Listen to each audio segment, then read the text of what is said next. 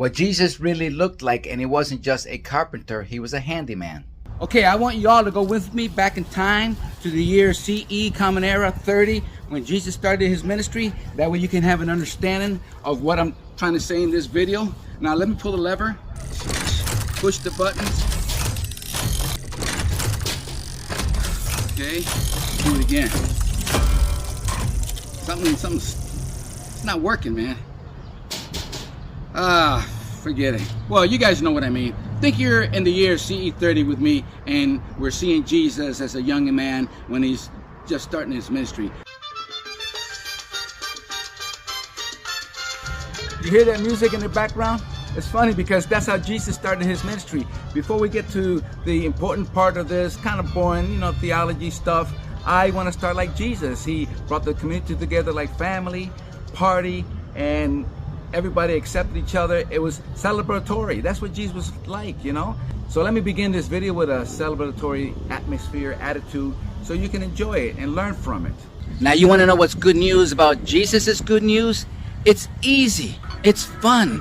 All Jesus did was to bring the community together like family. And that's how he presented his theology, his jubilee, the good news. He was always drinking wine. That's why they call him a wine bibber and a glutton. He was partying it up, man. That's the way we should do it. That's the way you should start to present the good news. Well, don't have ulterior motives. Just do it because you want to share it with them. Life, love.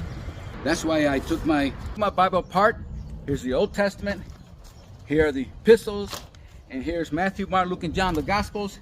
And I've taken them apart into the beginning and the end.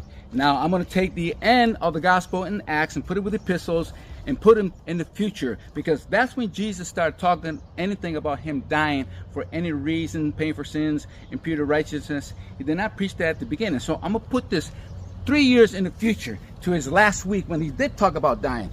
And I'm not telling you not to preach that Jesus talked about him dying or the apostles talked about him dying. I'm not telling you to stop preaching that. No, you keep doing it. But you got to add something that you're missing.